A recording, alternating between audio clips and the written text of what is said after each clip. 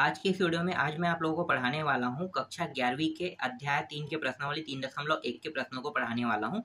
तो ये जो आप लोगों को मैं प्रश्नावली 3.1 के प्रश्न पढ़ा रहा हूँ, ये एनसीईआरटी की किताब से पढ़ा रहा हूँ। और एनसीईआरटी की किताब जो है वो सीजी में भी चल रहा है, यूपी में भी चल रहा है, एमपी में भी चल रहा है। लेकिन प्रकाशन जो है ये नवबोध प्रकाशन, युगबोध प्रकाशन जो है वो थोड़ा सा अलग लाया है। वो सरल करने के कारण मतलब हो सकता है टीचरों को ज़्यादा समझ में नहीं आता होगा ये टॉपिक, इसलिए एनसीईआरटी में कुछ और एक्स्ट्रा ऐड कर दिए हैं। वो लोग पार्ट पार्ट से अलग अलग से और ऐड किए हैं। लेकिन जो ओरिजिनल बुक है ना, वो एनसीईआरटी की ही किताब है।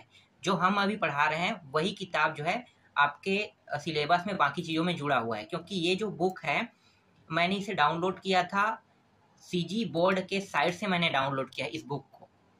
और नवबोध और प्रबोध का वहाँ पे कोई बुक नहीं है। वहाँ पे मैंने वहाँ पे ढूंढा कि ये बुक वहाँ से आते हैं। नवबोध और प्रबोध जो है उसे आसान करने के लिए कुछ और प्रश्न वहाँ पे ऐड किए हैं। लेकिन जो आपका ओरिजिनल है सीजी में भी है, एमपी में भी है, ये सब जो है ना सेम टू सेम है, अलग नहीं है। एक ही प्रकार के बुक है सभी के सभी। लेकिन हम आगे देखेंगे, अगर मुझे बुक मिल जाता है तो मैं उन बुकों का भी उपयोग करूँगा जो सीजी में भी चल रहा है। तो फिलहाल अभी जहाँ जहाँ ना एनसीईआरटी की किताब से पढ़ा रहा है वो लोग अभी इसे देखो, क्योंकि ज़्यादा बेनिफिट आपको वहीं से मिलेगा। तो चलो स्टार्ट करते हैं। हम वहाँ से क्लास देखेंगे जहाँ से हमने छोड़ दिया था। तो एक प्रश्न है यहाँ पे, चौथा प्रश्न, क्योंकि हमने 1 से 3 तक तो पहले ही कंप्लीट करा दिए हैं और आपका जितना भी डाउट है वो क्लियर हो गया है। तो देखो यही चीज़ मैं आपको बताना चाहता हूँ कि जो एनसीईआरटी जो है वो फुल मतलब एकदम बारीकी से नहीं समझाता है, ऐसा मौका नहीं दिया जाता है। इसीलिए ना नवबोध और प्रबोध और युगबोध ये सब प्रकाशन है, इन लोगों ने थोड़ा सा समझाने के लिए वहाँ पे एक्स्ट्रा पॉइंट ऐड किया है। जबकि अगर हम आपको पढ़ाते हैं तो वही चीज़ हम एकदम बारीकी से समझा रहे हैं। तो हमें ना तो युगबोध की जरूरत पड़े ना प्रबोध, और ना ही मतलब अदर बुकों की जरूरत नहीं पड़ रहा है। तो हम सीधा एनसीईआरटी का अगर हम उपयोग करते हो तो एनसीईआरटी में हम आपको डायरेक्ट समझा रहे हैं कि ये कैसे हो रहा है। तो फिर अदर बुक आपको यूज करने की आवश्यकता ही नहीं है। हाँ, फिलहाल जो बुक आपके स्कूल में चल रहा है भाई उसके हिसाब से आप पढ़ोगी। तो हम कोशिश करेंगे कि सीजी वालों के लिए भी हम क्लास जल्द से जल्द लाएं। मुझे बुक मार्केट में नहीं मिल रहा है, इसलिए मैं सीजी का क्लास नहीं ले पा रहा हूँ। और सीजी में ही एनसीईआरटी जहाँ चल रहा है वो लोग यहाँ पे देख सकते हैं। एमपी में तो फिलहाल चल ही रहा है। तो चलो स्टार्ट करते हैं। चौथा प्रश्न क्या है, एक वृत्त जिसकी त्रिज्या 100 सेंटीमीटर है कि 22 सेंटीमीटर लंबाई की चाप वृत्त के केंद्र पर कितनी डिग्री माप की कोण बनाएगी। तो यहाँ पे पाई का मान रखने के लिए भी कहा है, पाई का मान रखने के लिए 22/7 का प्रयोग कीजिए। तो यही मान हमें पाई का मान रखना है। तो चलो इसको कैसे हल करना है। तो सबसे पहले हम क्या करेंगे, एक चित्र का निर्माण कर लेते हैं। चित्र बनाने से बहुत आसान हो जाता है। तो चित्र पहले बनाते हैं। देखो ये मान लो एक वृत्त है, इस वृत्त में ये केंद्र बिंदु है और इसमें त्रिज्या कितना का है, त्रिज्या 100 सेंटीमीटर का है ना। तो हम यहाँ पे त्रिज्या ले लेते हैं, ये 100 सेंटीमीटर cm, 100 सेंटीमीटर का यहाँ पे त्रिज्या है। अब इस त्रिज्या से, त्रिज्या के जो ये पॉइंट है ना बाहरी किनारे, यहाँ से 22 सेंटीमीटर का चाप काटने के लिए कह रहा है। तो देखो 22 सेंटीमीटर का इस तरह से अगर हम चाप काटेंगे तो लगभग यहाँ पे मान लो यहाँ तक कट रहा है। तो इसे हम कहते हैं चाप काटने वाला जो मान है ये L कहलाता है। और L और यहाँ पे देखो इन दोनों बिंदु पॉइंट को मिला देते हैं। तो ये दूसरा त्रिज्या है, ये भी 100 सेंटीमीटर ही रहेगा। ध्यान देना, दो त्रिज्या कैसे बन गया, एक ये वाला हो गया, देखो केंद्र बिंदु से यहाँ पे टच कर रहा है, मतलब इसकी दूरी 100 सेंटीमीटर है, और ये भी केंद्र बिंदु से टच कर रहा है। तो भाई वृत्त की जो त्रिज्या है ये भी तो 100 सेंटीमीटर ही होगा ना। और L का मान कितना है, L का मान हमने जो चाप काटा है वो है 22 सेंटीमीटर था। तो इस तरह से चाप हमने काटा। अब बताओ यहाँ पे कौन सा मान और बचा हुआ है, ये तो R का मान है। त्रिज्या को हम किससे दर्शाते हैं, R से। तो यहाँ पे बचा है थीटा, ये थीटा बचा है। तो थीटा का ही मान हम क्या करेंगे, निकालेंगे यहाँ पे। और यहाँ पे डिग्री में माप कोण बनाने के लिए कहा है ना, तो डिग्री में ही निकालेंगे। तो चलो अब हल करते हैं। तो जो दिया है उसको लिख लेते हैं। यहाँ पे लिखो दिया है L बराबर कितना दिया है, देखो L का मान हमने कितना निकाला, 22 सेंटीमीटर, मतलब दिया है यहाँ पे 22 का चाप काटे तो ये हो गया 22 सेंटीमीटर। फिर R का मान भी दिया है, R का मान कितना है, देखो 100 सेंटीमीटर, प्रश्न में 100 सेंटीमीटर दिया हुआ था, तो R का मान भी निकल गया। अब हमारे पास थीटा का मान नहीं है, तो थीटा का मान के लिए हम सूत्र कौन सा उपयोग करेंगे, आपको पता है। थीटा के लिए हम सूत्र उपयोग करेंगे R बराबर क्या था, L/थीटा। अब इसको थोड़ा सा मॉडिफाई कर लेते हैं। ये त्रिज्या निकालने वाला सूत्र है, थोड़ा सा मॉडिफाई करेंगे तो यहाँ पे हमारा सूत्र जो है वो बन जाएगा सूत्र, ठीक है। सूत्र का प्रयोग करने पर लिख लो, करने पर।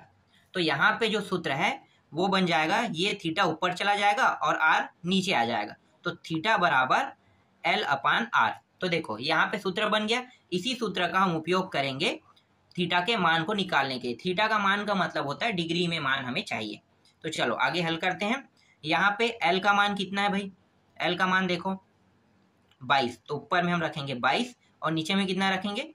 100 रखेंगे, ठीक है। तो 22 और 100 यहाँ पे हमने रख दिया, ठीक है। आगे अब इसको हल करो तो देखो जो जो कटा उसको कटा देते हैं। तो ये दोनों कट रहा है, ये 11/12 में, 2 से अगर कटाते हैं 2 11 में कट जाएगा और 2 50 में ये कट जाएगा। तो यहाँ पे आ जाएगा 11/50 आ जाएगा। अब इसे चेंज करेंगे किसमें? ये अभी रेडियन में है, मान लो अभी रेडियन में। हमारे पास मान सिर्फ 2 ही रूप में प्राप्त हो सकता है, या तो रेडियन में या तो डिग्री में। तो अभी ये रेडियन में, लेकिन प्रश्न में निकालने के लिए कहा है डिग्री में। तो डिग्री में निकालने का तरीका क्या है कि कोई भी मान को डिग्री बनाएंगे तो उसके साथ हम गुणा कर देंगे 180/पाई का। इसका गुणा करेंगे तो आसानी से वो डिग्री में चेंज हो जाएगा। तो चलो डिग्री में चेंज करते हैं। तो 11/50 गुणित करेंगे 180/पाई, ये उसका सूत्र है, याद रखना। अब ये बन गया डिग्री बन गया। रेडियन जो नाम है वो हट गया, रेडियन के जगह में क्या बन गया? डिग्री, ठीक है। तो ये डिग्री बन गया।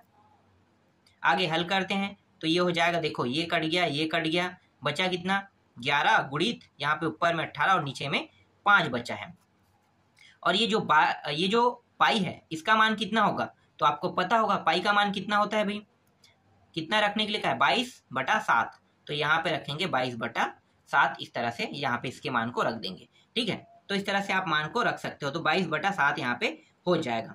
अब हम यहाँ पे क्या करेंगे? अब हम यहाँ पे ये जो नीचे के जो मान है ना इसको ऊपर ले जाएंगे, ठीक है। 4 पद वाला नियम आपको पता है।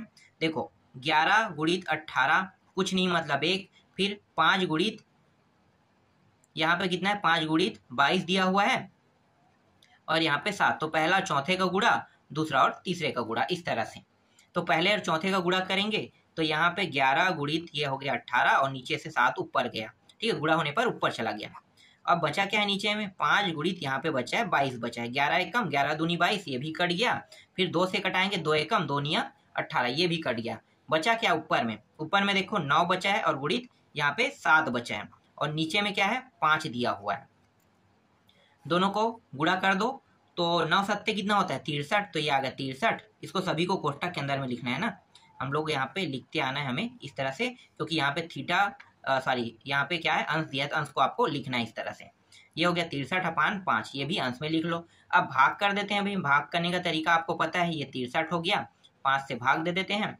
5 एकम 5, एक बार जाएगा, ये एक बार गया, एक बच्चा 3, 5 दूनी कितना हो गया? 10 हो गया, ये 10 हो गया। कितना शेष बच रहा है यहाँ पे? ध्यान दो, यहाँ पे शेष बच रहा है 3 बच रहा है, ठीक है। तो यहाँ पे 12 डिग्री प्राप्त हो गया।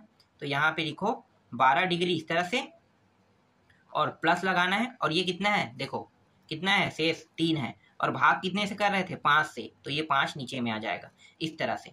अब ये जो आगे हल करेंगे तो इसका मान किस में प्राप्त होगा? अब डेस में प्राप्त होगा। और डेस में प्राप्त करने का तरीका क्या है? तो ये 12 अंश प्लस 3 गुणित यहाँ पे 60 और अपान 5 हो जाएगा। हम यहाँ पे 60 के गुणा क्यों कर रहे हैं? क्योंकि मैंने आपको बताया था कि अगर हमारा जो मान है यहाँ पे देखो डिग्री में प्राप्त हो गया, डिग्री में प्राप्त हो गया। अब हम इसे पॉइंट में प्राप्त करेंगे। तो पॉइंट में प्राप्त करेंगे तो 1 घंटा बराबर कितना होता है? 60 मिनट होता है, ठीक है। तो ये पहला डेस प्राप्त करने के लिए है। अगर 2 बार अगर मान प्राप्त करते इसके बाद आगे और हल करते हैं तो 1 मिनट बराबर 60 सेकेंड। मतलब हमें 2 बार क्या कर सकते हैं? इसको 60 से हम गुणा कर सकते हैं इसके पिछले वाले मान को। तो पहला वाला जो है 1 घंटे के लिए होगा, दूसरा वाला जो हल होगा वो मिनट के लिए होता है, ठीक है। तो घंटा और मिनट के लिए हो तो पहले हम घंटा के लिए लगाएंगे तो 1 घंटा बराबर कितना होता है? 60 मिनट। इसीलिए यहाँ पे 60 से हम क्या कर रहे हैं? गुणा कर रहे हैं। यहाँ पे 5 एकम 5, ये हो गया 5 एकम 5 और 5 दूनी 10, 12 बार में ये कट गया। तो यहाँ पे आ गया 12 अंश और ये प्लस 12 तिया कितना होता है? 12 तिया 36। तो यहाँ पे 36 आ गया और ये पॉइंट आ गया, पहला पॉइंट मिल गया। तो यहाँ पे आप इसे ढंग से लिख लेते हैं 36 इस तरह से। इसे आप जमा लेते हैं, ठीक है। कैसे लिखते हैं? ओरिजिनल मान जो है ये इस तरह से और ये 36 पॉइंट इस तरह से। यही क्या है? इसका आंसर है। इसी मान को हमें ज्ञात करने के लिए कहा था। समझ में आया? तो इस तरह से प्रश्न को बनाया जाता है। चलो नेक्स्ट प्रश्न देखते हैं अब। पांचवा जो प्रश्न है उसको देखो। पांचवा प्रश्न में क्या दिया है? एक वृत्त जिसका व्यास 40 सेंटीमीटर की एक जीवा 20 सेंटीमीटर लंबाई की है, तो इसके संगत छोटे चाप की लंबाई ज्ञात कीजिए। छोटे चाप की लंबाई ज्ञात करना बहुत ही आसान है। देखो इसको भी हल करना। पहले तो हम वृत्त बना लेते हैं जैसे हम प्रश्नों में करते हैं। तो यहाँ पे मैं एक वृत्त का निर्माण कर लेता हूँ। ठीक है, ये एक वृत्त है मान लो। ठीक है, एक वृत्त बना रहे हैं। अब इसका व्यास कह रहा है, तो व्यास आपको पता है इस तरह से होगा। यहाँ से लेके यहाँ तक की दूरी को हम व्यास करते हैं। और व्यास की जो कुल लंबाई है वो कितना है? यहाँ से यहाँ की लंबाई जो है वो कितना है? 40 सेंटीमीटर। ठीक है, कुल लंबाई 40 सेंटीमीटर। अब हम इसे अगर आधा करेंगे, क्योंकि ये त्रिज्या है। ठीक है, ये हिस्सा त्रिज्या, यहाँ से यहाँ को हम त्रिज्या कहते हैं। तो आधा करेंगे तो आधा हो जाएगा, तो 20 सेंटीमीटर आएगा ना। तो यहाँ पे मैं लिख लेता हूँ 20 सेंटीमीटर क्या है? त्रिज्या है। आर बराबर 20 सेंटीमीटर यहाँ पे हम लिख लेते हैं। इसे मैं हल करके भी बताऊंगा कि 20 सेंटीमीटर ये कैसे आता है। ठीक है, इसके बाद क्या कहा है प्रश्न में? प्रश्न में कहा है कि यहाँ पे जीवा जो है वो कितने सेंटीमीटर की है? 20 सेंटीमीटर। और जीवा जो होता है ना, कभी भी केंद्र बिंदु को नहीं टच करता है, याद रखना। ये जो टच कर रहा है यहाँ पे देखो, इसे हम कभी भी जीवा नहीं कहते हैं, याद रखना। लेकिन कई बार ऐसे प्रश्न आता है कि वृत्त के सबसे बड़ा जीवा कौन सा है? तो व्यास को हम कहते हैं, लेकिन व्यास कभी भी जीवा नहीं होता है। बोलने में, प्रश्न में, उत्तर में उठा तो लेते हैं कि व्यास जो है वो जीवा है, लेकिन केंद्र बिंदु से जाने वाला कभी भी जीवा नहीं कहलाता है। तो जीवा अक्सर कहाँ से कहलाता है? तो जीवा जो होता है कभी भी सेंटर बिंदु को टच नहीं करता है वो जीवा। चाहे यहाँ से निकल जाए, चाहे यहाँ से, चाहे ऐसे हो जाए, फिर एकदम किनारे से ना यहाँ से भी चला जाए, वो जीवा कहलाएगा। लेकिन इसको कभी टच नहीं करेगा, केंद्र को। केंद्र को टच करने का मतलब होता है वो व्यास कहलाएगा, जीवा नहीं कहलाएगा। ये भी बात याद रखना। ठीक है, तो यहाँ से हम एक जीवा काटते हैं 20 सेंटीमीटर के। यहाँ पे इस तरह से हमने 20 सेंटीमीटर का जीवा बना लिया। ठीक है, तो ये कितने सेंटीमीटर का है? 20 सेंटीमीटर का जीवा है, याद रखना। ठीक है, यहाँ से यहाँ, अब यहाँ से यहाँ पॉइंट को भी मिला लो, तो ये भी क्या होगा? देखो ये भी केंद्र बिंदु है। केंद्र बिंदु से यहाँ पे एक बिंदु पॉइंट बना है, तो दोनों को मिलाते हैं तो ये भी 20 सेंटीमीटर का होगा। देखो ये भी 20, जीवा भी 20, ये भी 20। तो क्या बन रहा है? यहाँ पे एक त्रिभुज का निर्माण हो रहा है। और ये जो त्रिभुज है इसके तीनों भुजाएं बराबर हो रहा है। तो याद रखना, तीनों भुजाएं बराबर होने का मतलब होता है कोण भी बराबर होंगे। तो कोण को 3 हिस्सों में डिवाइड कर लो, 180/30 कर लो। देखो कोण कैसे निकालते हैं? तीनों भुजाओं का मान होता है 180। ठीक है, तो 3 से आप डिवाइड कर लो, 1 भुजा, 2 भुजा, 3 भुजा, तो कितना आ जाएगा प्रत्येक कोण? तो ये हो गया 3 कम 3 छक्के 3 शून्य 60। तो यहाँ पे ये भी 60 अंश होगा, ये भी 60 अंश और ये भी 60 अंश। तो सभी भुजाएं क्या है यहाँ पे? 60 अंश। एक ऐसा त्रिभुज जिसके सभी भुजाएं बराबर होते हैं, उसके सभी कोण 67 अंश के होते हैं। यहाँ तक आपको समझ में आ गया? तो यहाँ पे 60 अंश आ गया। देखो प्रश्न में 60 अंश नहीं दिया था, लेकिन हमने निकाल लिया ना 60 अंश किसी ना किसी तरीके से। अब हम क्या निकालने वाले हैं? लंबाई। तो लंबाई जो है ये यहाँ से ये एरिया को हम लंबाई कहते हैं। देखो इसको हम लंबाई कहते हैं। ठीक है, ये जीवा है, इसको हम लंबाई नहीं कहेंगे। यहाँ से यहाँ तक के जो एरिया जा रहा है इसको हम लंबाई कहेंगे। लंबाई जो है वो जीवा से बड़ा रहेगा, क्योंकि देखो ये जो है सीधा गया है, अब ये इस तरह से फोल्डेड होके जा रहा है, तो इससे बड़ा रहेगा ना। तो यही जो लंबाई का मान है यही हमें ज्ञात करना है। चलो अब हल करते हैं। यहाँ पे तो जो जो दिया है उसको लिख लेते हैं। लिखो यहाँ पे दिया है, क्या दिया हुआ है? व्यास दिया हुआ था ना, कितना दिया हुआ था? 40 सेंटीमीटर। अब इसको त्रिज्या में चेंज करेंगे, तो त्रिज्या कैसे निकालते हैं? तो त्रिज्या बराबर हम क्या करेंगे? त्रिज्या यहाँ पे देखो ये वाला एरिया है। ठीक है, तो कुछ ले सकते हो, तो यहाँ पे हम डायरेक्ट कर लेते हैं 40/2 कर लेते हैं। तो यहाँ पे 20 सेंटीमीटर आ जाएगा। कुछ नहीं करते हैं, ABCD आप रखना चाहो तो रख लो, नहीं रखना चाहो तो कोई दिक्कत नहीं है। ठीक है, तो इस तरह से 20 सेंटीमीटर होगा, क्योंकि त्रिज्या जो होता है वो व्यास का आधा होता है। तो यहाँ पे 40/2 कर दोगे तो आ जाएगा त्रिज्या। तो 20 सेंटीमीटर ये त्रिज्या निकल गया। अब क्या करने वाले हैं भाई? अब आपको पता है कि ये जो त्रिभुज है ये बराबर है, तो इसका जो सूत्र है उसको लगा देते हैं। तो यहाँ पे हम सूत्र का प्रयोग करेंगे, तो लिख लो। सूत्र का प्रयोग करने पर हम त्रिज्या वाला सूत्र लेंगे ना। त्रिज्या वाला सूत्र आपको याद है, R बराबर L अपान कितना था? L अपान थीटा। अब इसको थोड़ा सा चेंज कर लेते हैं, हमें L का मान चाहिए, L अकेला चाहिए, तभी तो हम L का मान निकाल सकते हैं। तो ये जो थीटा है ऊपर आ जाएगा, R थीटा बराबर L। तो देखो इस तरह से L यहाँ पे प्राप्त होगा। हम इस सूत्र का उपयोग करेंगे अब। तो इस सूत्र में मानों को रखते जाओ। तो आर का मान कितना है आपको पता है, कितना है 20, सॉरी 40 लिख रहा था, 20 है। और थीटा का मान कितना है भाई 60 अंश। इसको हम चेंज करेंगे ना, 60 अंश को किसमें चेंज करेंगे, रेडियन में। रेडियन में चेंज करने के लिए कितने का गुणा करेंगे, तो रेडियन में चेंज करने के लिए पाई अपान 180 का गुणा करते हैं। तो यहाँ पे 20 गुणित 60 गुणित पाई अपान 180 का गुणा कर दो तो ये चेंज हो जाएगा। और यहाँ पे एल, ये 60 है कम, ठीक है, एक बार और दिया इस तरह से कट गया यहाँ पे, तो ये 20 पाई यहाँ पे आ गया 20 पाई, और नीचे में क्या है 3 है, और ये रहा एल। एल का ही मान हमें निकालना था। तो यहाँ पे जो मान आया है इसको हम पूरा तरह से लिखना चाहे तो ये सेंटीमीटर में रहेगा, तो इसको आप लिख लो 20 पाई अपान 3 क्या है सेंटीमीटर। एल को आगे लिख लेते हैं, ठीक है, जमा लेते हैं यहाँ पे, तो ये सेंटीमीटर में ये मान हमें प्राप्त हुआ, और यही क्या इसका आंसर है। देखो कितना आसान था प्रश्न बनाना, बहुत ही आसान। यहाँ पे मैंने चित्र के माध्यम से आपको समझाया। हर एक प्रश्न में मैं चित्र बनाते रहता हूँ, क्योंकि मैंने खुद पढ़ा है चित्रों के माध्यम से, और मैंने ये खुद बनाना सीखा है चित्र को, कि कोई टॉपिक को पढ़ के कैसे चित्र बनाते हैं और कैसे प्रश्नों को हल किया जाता है। बहुत से जगह में आपको चित्र देखने को नहीं मिलेगा, लेकिन हम अपने क्लास में चित्र मुहैया कराते हैं, चित्र के माध्यम से पढ़ाते हैं, जिससे आपका मतलब जो भी थोड़ा बहुत डाउट रहेगा वो क्लियर हो जाए, इसलिए। तो चलो आगे बढ़ते हैं, नेक्स्ट प्रश्न देखते हैं, छठवां प्रश्न। छठवां प्रश्न में क्या कहा है, देखो ऐसे प्रश्न हमने कई बार बनाया ना। जब मैं एग्जाम्पल के प्रश्न बता रहा था तो उस समय मैंने यहाँ पे जो छठवां प्रश्न है उस जैसा प्रश्न हल किया था। तो यहाँ पे क्या कह रहा है, यदि दो वृत्तों के समान लंबाई वाले चाप अपने केंद्र पर क्रमशः 60 अंश तथा 75 अंश के कोण बनाते हो तो उनकी त्रिज्या का अनुपात ज्ञात कीजिए। देखो यहाँ भी त्रिज्या का अनुपात ज्ञात करना है, तो यहाँ पे दो क्या बनाना है, हमें वृत्त बनाना है। तो चलो भाई मैं दो वृत्त बना देता हूँ। यहाँ पे पहला वृत्त देखो, ये पहला वृत्त है, ये दूसरा वृत्त है, ठीक है। दो वृत्त के बारे में जिक्र हो, दो वृत्त बनाते हैं। ये त्रिज्या है, इसको हम R1 कहेंगे, और इसको हम कहेंगे R2 कहेंगे, इसके त्रिज्या को, ठीक है, R1 R2। अब ये कुछ दूरी पे तो चाप काटेगा, लेकिन कितना काटा है मुझे नहीं पता, लेकिन यहाँ भी कुछ दूरी पर चाप काटेगा, कितना काटा है नहीं बताया है। तो ये L रहेगा, ये L रहेगा। यहाँ पे L1 क्यों नहीं रख रहे हैं, क्योंकि यहाँ पे स्पष्ट कहा है कि दोनों की जो लंबाई है वो समान रहेगा, तो समान रहेगा मतलब L दोनों को रख लेते हैं। अगर मान लो इसका मान अगर मैं 20 रखता हूँ तो ये भी 20 रहेगा, ये 30 रखता हूँ तो ये भी 30 रहेगा, 40 रखूंगा तो ये भी 40 रहेगा। तो हम इसको सिर्फ L बस लिख लेते हैं, ठीक है, क्या लिखेंगे L बस।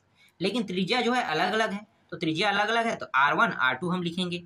इसके बाद यहाँ से जो चाप काट रहा है तो इसको हम मैच कर लेते हैं, मिला लेते हैं, इसको भी मिला लेते हैं। यहाँ पे कोण बना रहा है, पहले वाले में 60 अंश का बना रहा है बोल रहे हैं यहाँ पे, और यहाँ पे कोण बना रहा है 75 अंश का कोण बना रहा है। इस तरह से जो प्रश्न कह रहा है वही मैं कर रहा हूँ यहाँ पे। अब हम सूत्र का उपयोग करेंगे, ठीक है, तो सूत्र का उपयोग कर दो। चलो तो सूत्र क्या है, तो यहाँ पे आप लिखो हल, ठीक है, सूत्र का प्रयोग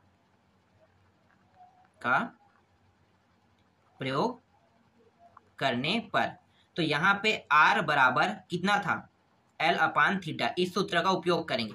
लेकिन इस प्रश्न में आपको पता है कि यहाँ पे हमारे पास दो वृत्त है तो दो सूत्र बनेगा। क्या क्या, तो पहला सूत्र को हम मान लेते हैं, पहले वृत्त के लिए लिखो, पहले ये पहला वृत्त है तो पहले वृत्त के लिए क्या बनेगा भाई R1, ठीक है, और यहाँ पे ये क्या है 60 अंश है, मतलब ये थीटा का मान है, और यहाँ पे L है तो पहले L रहेगा, और यहाँ पे θ1 लिखेंगे, इसको हम θ1 कहेंगे, ठीक है, क्योंकि यहाँ पे 60 अलग है, ये 75 अलग है, तो ये वाला जो है ये कहलाएगा θ1 और ये कहलाएगा θ2 कहलाएगा।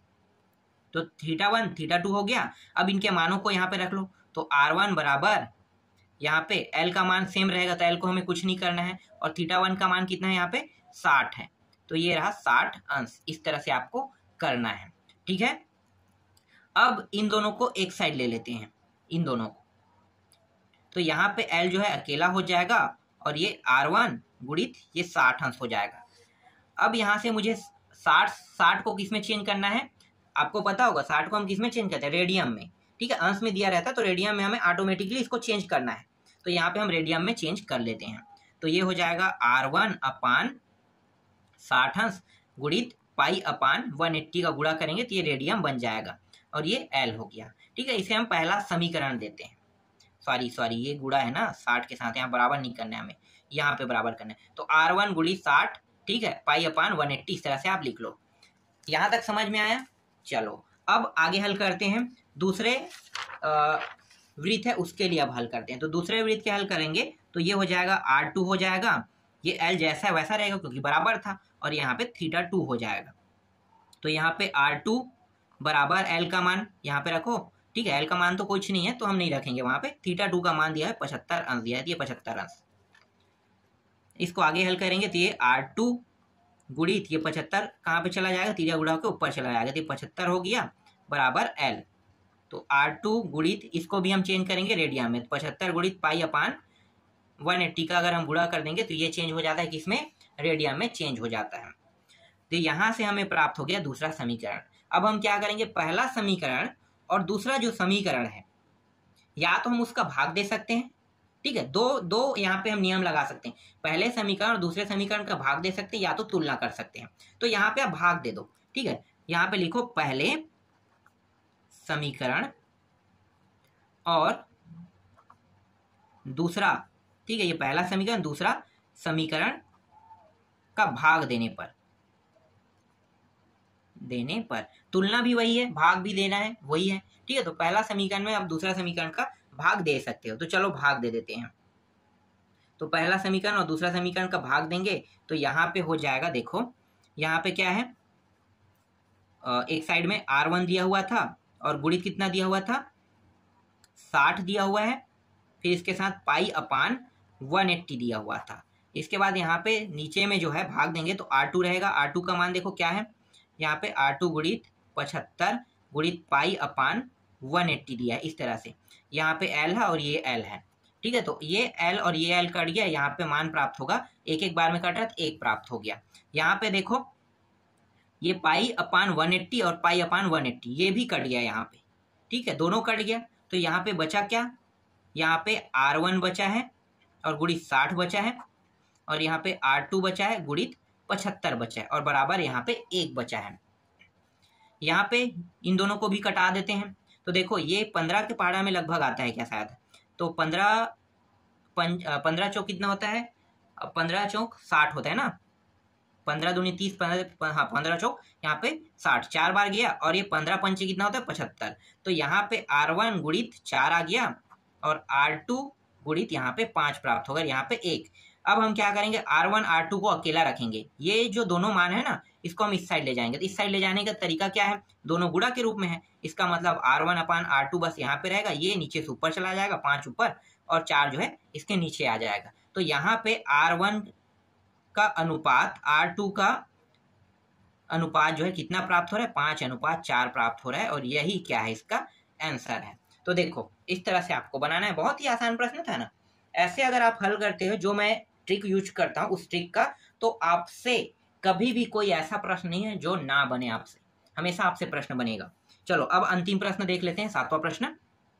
यहाँ पे 7वां प्रश्न क्या दिया है, 7वां प्रश्न दिया हुआ यहाँ पे 75 सेंटीमीटर लंबाई वाले एक दोलायमान दोलक का एक सिरे से दूसरे सिरे तक दोलन करने से जो कोण बनता है, ठीक है, यहाँ पे क्या दिया हुआ है, जो कोण बनता है उसका माप रेडियन में ज्ञात कीजिए। रेडियन में ज्ञात करना है, जबकि उसके नोक द्वारा बनाए गए चाप की लंबाई यहाँ पे दिया हुआ है। तो चाप की लंबाई क्या क्या दिया हुआ है देख लो, 10 सेंटीमीटर है, 15 सेंटीमीटर है, 21 सेंटीमीटर है, इस तरह से यहाँ पे इसके चाप की लंबाई दिया हुआ है, ठीक है। तो 3 अलग अलग क्या कर रहा है, चाप बना रहा है। ध्यान देना, यहाँ पे मैं आपको चित्र के माध्यम से पहले समझाता हूँ, उसके बाद आपको अच्छे से समझ में आएगा। ये एक चित्र है मान लो, ठीक है, यहाँ पे 75 सेंटीमीटर वाले दोलायमान, ठीक है, तो दोलन कर रहे हैं, तो ये केंद्र बिंदु, यहाँ से मैं एक रस्सी लटका के, ठीक है, क्या कर रहा हूँ, रस्सी लटकाया हूँ, ध्यान देना। चलो मैं इसे थोड़ा अलग तरीके से बताता हूँ, ठीक है। रस्सी लटका दिया, रस्सी लटकाने के बाद ये दोलन कर रहा है, तो इसकी जो लंबाई है ये 75 सेंटीमीटर है, तो ये यहाँ तक आया, ठीक है, ये 75 सेंटीमीटर, मतलब क्या है, 75 सेंटीमीटर जो है वो हमारा त्रिज्या है, क्या है, त्रिज्या है। यहाँ से दोलन कर रहा है तो यहाँ पे ये हो रहा है। अब यहाँ से पहले वाले जब दोलन करता है तो यहाँ से ये यहाँ तक जाता है 10 सेंटीमीटर। देखना, जब पहला दोलन किया तो यहाँ से यहाँ 10 सेंटीमीटर की लंबाई तक गया, तो ये लंबाई, पहला लंबाई क्या निकल गया, लंबाई जो है, पहला जो लंबाई है वो निकल गया, मान लो इसको L1 कर लो, पहला लंबाई 10 सेंटीमीटर, ठीक है। इसके बाद ये फिर से दोलन करते हुए आगे बढ़ रहा है, और इस बार ये क्या हो रहा है, यहीं से दोलन करते हुए ये थोड़ा सा आगे गया यहाँ पे, तो यहाँ भी एक चाप काट रहा है इस तरह से। तो यहाँ से लेके यहाँ तक की दूरी कितनी हो गई? टोटल यहाँ से यहाँ तक की दूरी 15 सेंटीमीटर हो गया। इसको मान लो L2। फिर क्या कह रहा है प्रश्न में ये कह रहा है कि फिर यहाँ से दोलन करते हुए ये इस तरह से आगे जाएगा और यहाँ तक के गया। तो ये इसको भी मिला लेते हैं, ये सभी त्रिज्याएं है ना, इसका भी 75 मान रहेगा, इसका भी सभी का 75 रहेगा। और यहाँ से यहाँ जब ये पूरा दोलन कर रहा है यहाँ से यहाँ तक टोटल, तो ये 21 सेंटीमीटर का दोलन कर रहा है, ये इस प्रश्न में कहा है। यहाँ तक आपको समझ में आ गया। L1 L2 और यहाँ पे L3 भी निकल गया, समझो। ठीक है, इस तरह से L1 L2 और L3 बन रहा है। अब यहाँ पे हम सूत्र का प्रयोग कर सकते हैं। अब आपको क्या करना है, देखो 75 सेंटीमीटर भी आ गया और लंबाई भी आ गया।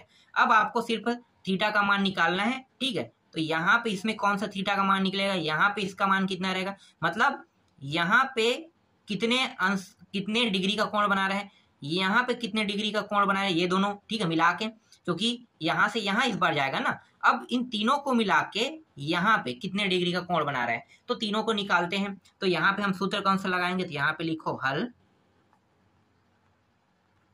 सूत्र का प्रयोग करने पर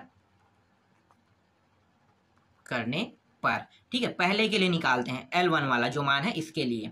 तो इसके लिए निकालेंगे तो आपको पता है R/L कितना था, थीटा था ना।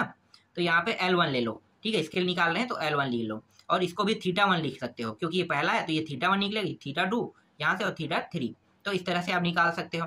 और सभी में त्रिज्या बराबर है तो त्रिज्या को आपको सिर्फ R बस रखना है। ठीक है, R, क्योंकि सभी के लिए बराबर, इसके लिए भी बराबर है, यही 75 रहेगा, ये भी 75, ये भी 75, ये भी 75। तो इस तरह से आप लिख सकते हो इसको। ठीक है, तो इस तरह से आपको लिख लेना है। अब यहाँ पे मानों को रख दो, या हम इसको क्या करेंगे, हमें निकालना क्या है, देखो त्रिज्या का मान तो दिया हुआ है, चलो यहीं पे रख लेते हैं, कोई दिक्कत नहीं है। R का मान कितना है, देखो 75 है, तो ये हमने 75 रख दिया। L1 का मान कितना है भाई, पहले के लिए 10 सेंटीमीटर है। ठीक है, तो 10 लिख देंगे इस तरह से। और थीटा का मान हमें क्या करना है, θ1 का मान यहाँ पे निकालना है। तो θ1 का मान हम निकाल रहे हैं इस तरह से। अब क्या करेंगे, ये θ1 है, इसको ऊपर ले जाएंगे, तो ये θ1 ऊपर आ गया त्रिज्या गुणा होके, और जो ऊपर में मान 75 उसको नीचे ला लेते हैं, तो 10 अपान कितना हो गया, 75। तो यहाँ पे इसको देखो कट रहा है तो कटा देते हैं, 5 के पाड़े में 2 बार में कट जाएगा, ये 5 के पाड़े में 5 एकम, और 5 2 और 5 5 पंचे 15। तो यहाँ पे कितना आ गया, 2/15 रेडियन आ गया। ठीक है, यहाँ पे अगर आप इसको चेंज करना चाहते हैं रेडियन को थीटा में, तो इसके लिए क्या है आपको पता है, कितने को गुणा करोगे, तो यहाँ पे आप गुणा कर सकते हैं। यहाँ पे ये तो नहीं कहा है ना कि थीटा डिग्री में निकालने के लिए, डिग्री में नहीं कहा है तो कोई दिक्कत नहीं है, डिग्री में निकालने के लिए कहता है तब हम 180/पाई का यहाँ पे गुणा कर देते। तो हमें रेडियन में मान निकालने का कहा था, इसलिए हमारा आंसर यही रहेगा पहले का। पहला आपको समझ में आया, चलो नेक्स्ट देखते हैं। इसके बाद देखो अगला, ठीक है, दूसरा को हल करते हैं। देखो बहुत आसान प्रश्न है ना। दूसरा कैसे हल होगा, दूसरा में हम वही सूत्र लगाएंगे, R/, अब L2 लिखेंगे और यहाँ पे θ2 रखेंगे। मैं बगल में करते जा रहा हूँ। तो R का मान कितना इस बार भी 75 ही रहेगा, R का मान कहीं भी चेंज नहीं होगा। L का मान था 15, इस बार बढ़ गया। L का मान कितना था, L2 का मान मतलब 15, और θ2 का मान भी कितना होगा, θ2 का मान हम निकालेंगे। तो आगे हल करेंगे तो ये हो जाएगा, θ2 को इस साइड ले आते हैं, तो ये θ2 नीचे से ऊपर गया और 75 को नीचे ला लेते हैं भाई। तो 15 यहाँ पे 75 भाग दे दो, 15 एकम 15 पंचे 1/5 रेडियन, ये इसका आंसर है। इसके बाद तीसरा को निकाल लेते हैं। देखो तीसरा क्या होगा, R बराबर L3 के निकालेंगे और θ3 के लिए निकालेंगे।